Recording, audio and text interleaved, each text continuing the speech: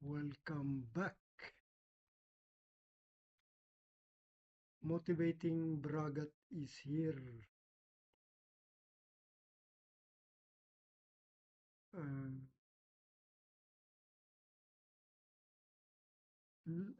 Long story short, I am trying to master myself, self mastery. This is medley, different kind of my fluent languages. I'm into that. I have this, to be honest, I have this scarf because it's still cold in my rented apartment, but I can cope with it. I'm a survivor. So welcome to the derivation. Welcome kayong lahat dyan. I will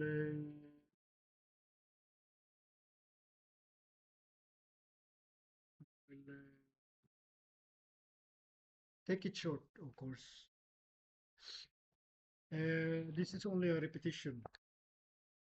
Mga kapatid, mga higala, repetition lang to. Kasi yung repetition kailangan yung repetition We need repetition to remind, to strengthen the memory, to ever remember better. Kasi yung memory natin limitado lang yan Limitado yung memory natin. It's limited. But if we overuse our memories with junks, mga kahit ano lang pinag-iisip dyan. Bisag unsa na lang ginauna-una diya. Takala gunahuna for tänker eller art. Behöver inte tänka så mycket på en gång liksom. Vi kan faktiskt fokusera. We can focus on our prioritized mission. Det viktigaste, yung pinaka-importante,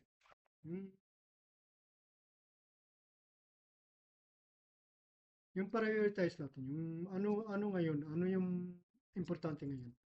Ano ba ngayon? It's the power of now. Yun yung power yan.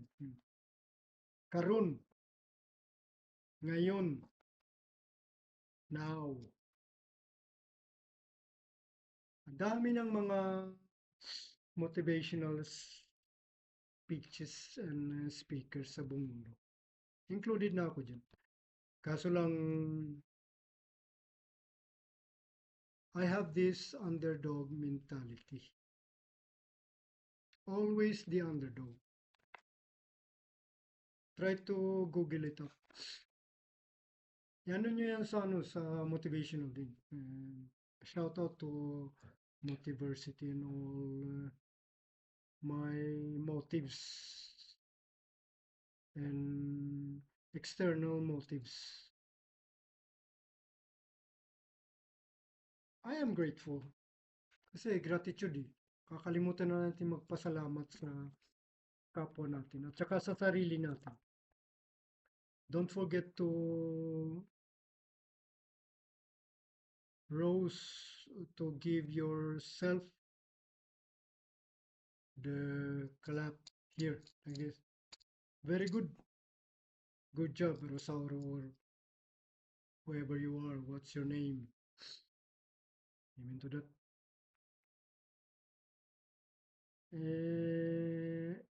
I have the latest video was about that Bible verse. Yung Bible verse. 1 Peter 5:8. Naka-focus ako dun.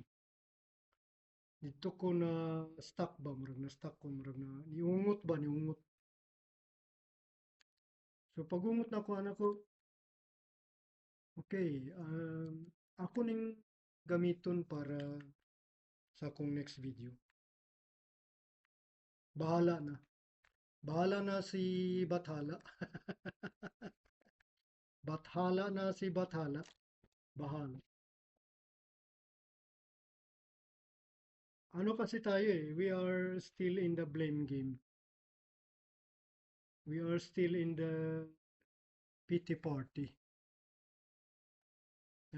We are still in the comparison.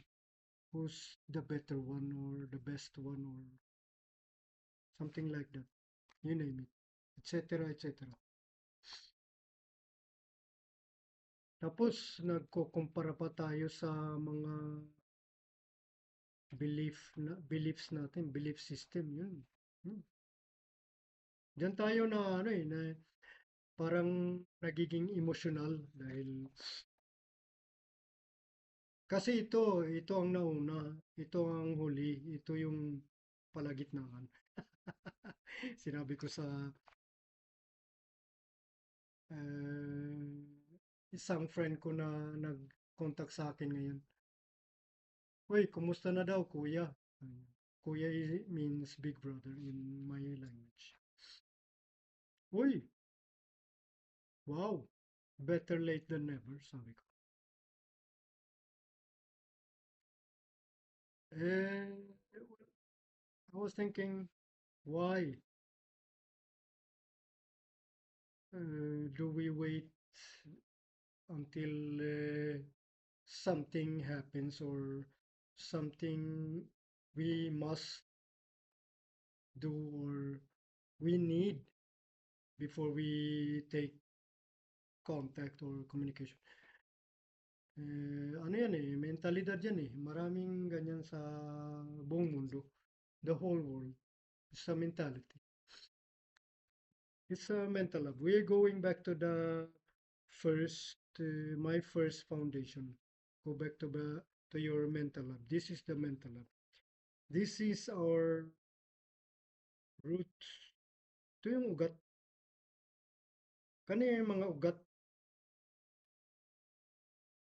Kung metaphorically speaking, ugat. Asa nagsugod.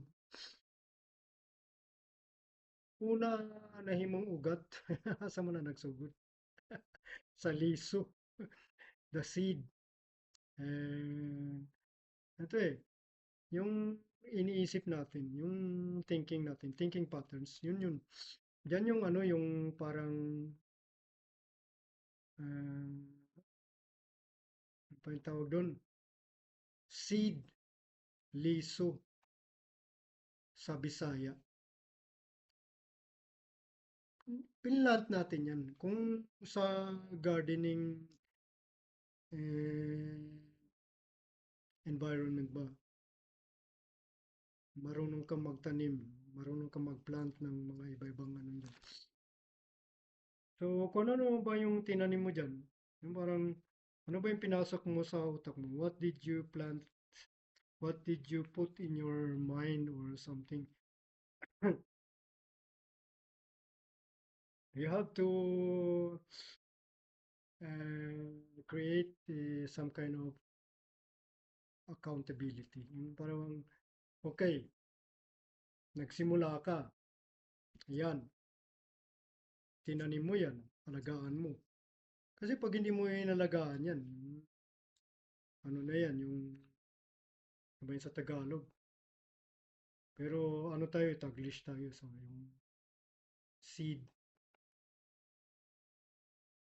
i-google ko pa yun. Bisaya kasi. No offense.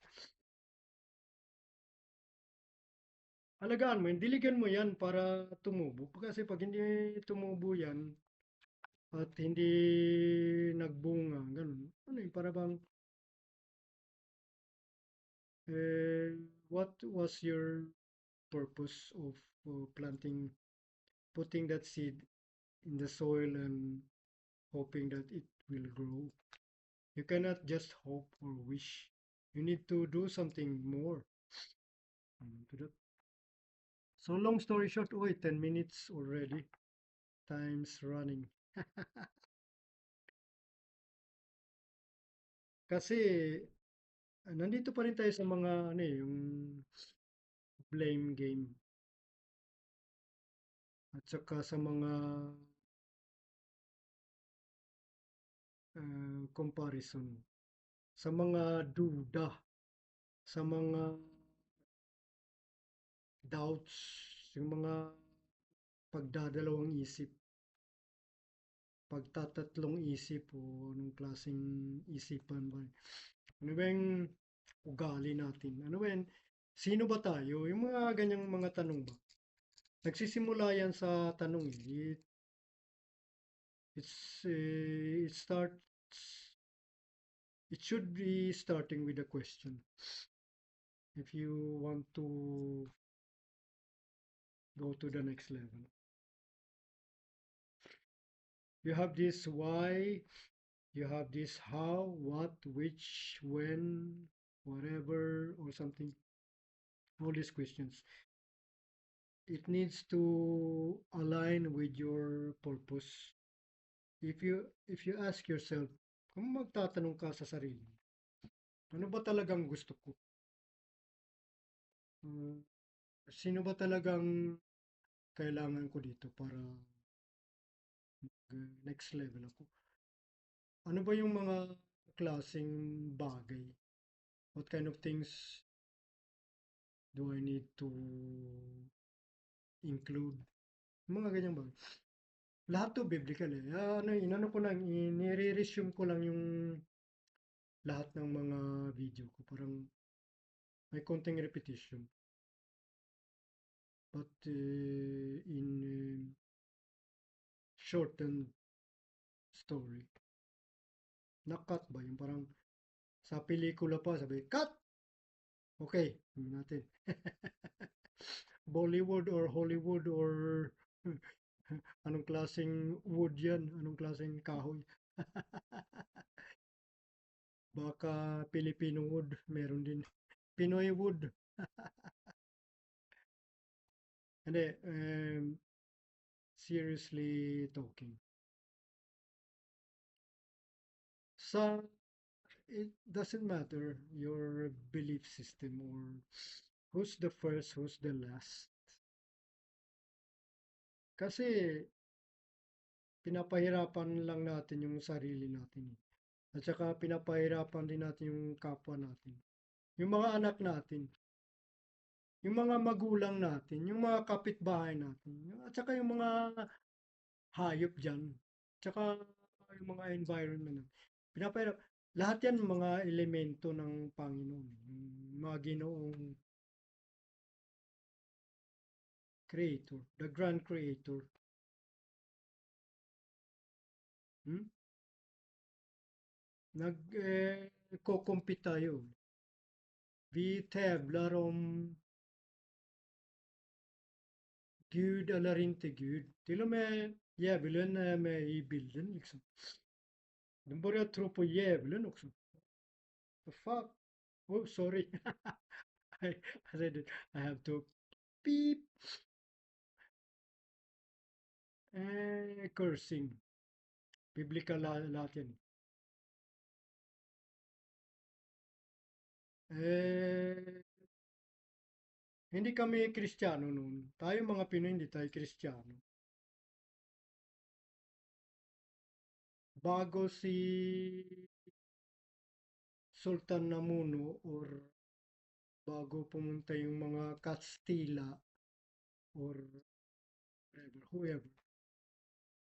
Ano tayo eh, tribo tayo, tribo-tribo tayo. Pero ano natin, lugar natin yan eh, kaso lang maraming islands. Iba yung belief system natin, kaso lang inano tayo. Hinugasan yung mga utak natin, brainwashing, ginulo yung mga paniwala natin. Alam ko, yung Bathala at saka mga ginoong maharlikang alipin, whatever. I have read it. Iba-iba tayong belief system. Respetado natin yun pa rin, kahit pa paano. So, yun. Yung revolution at saka yung evolution. I-include natin yan lahat. Yung oras, tumatakbo. Hindi natin mapipigil yan. We cannot stop the time.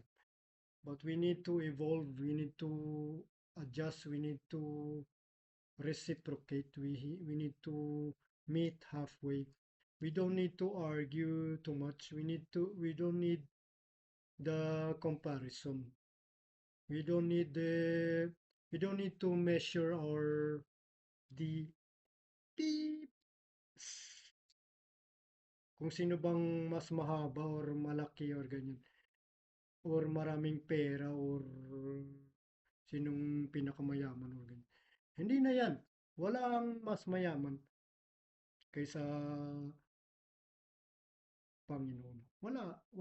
Amen to that. So, don't compare. Don't, ano lang tayo parang isang tuldok lang tayo sa universong ito. So, we are just some kind of dust in this universe. and we are and we are fighting each other for some kind of what pride or money or religion or whatever. Wake up, people. Wake up, humans. You're still in the same planet after so many years.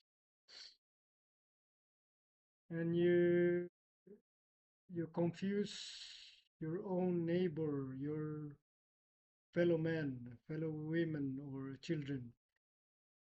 You confuse your children about your belief system or what you have learned in school. You are lazy, we are lazy, we don't have time. We stress, we press. What the heck? Wake up, human beings. I am still a human, I think. I don't want to be, honestly, from my heart. Because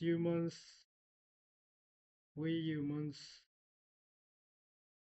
are so Confucius after 2000 years of the revolution and evolutions of belief systems and knowledge and whatever. I will not judge too much anymore, but I will still call you out. Shout out to my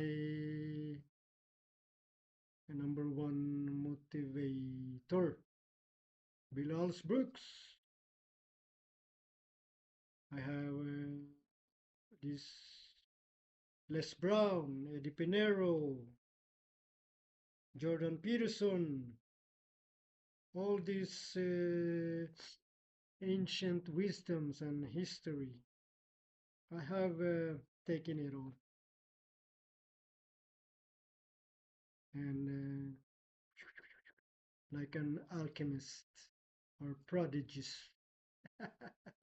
Google it up, people. Love you all. Mahal ko kayong lahat.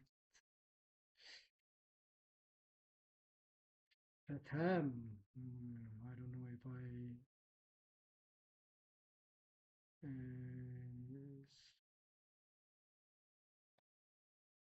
spoken it in the right way or expressed it. Mine rakasta sinu. Älskar dig. Ti amo. Armer. Oh, yes. Mahal. Gihigugma. Ko kayo. Ko kamo. Tugar lang. 20 minutes. Thank you. Derivation. At your service. bless you all. We don't need to compare our weapons or power anymore because God is watching and He knows everything before you even start something with your thinking. Amen. Hallelujah. Thank you. Salamat. Merci beaucoup. Tack ska ni ha. Hjärtligt tack. Voilà. Merci beaucoup. Sheshen. Arigato. Gracias. More. Nanri. What did I have learned? Kitos. Dziękuję. Dankeschön. Grazie bene. Arrivederci. Till the next time. Better yourself. Humans, people, fellow men and women, children too.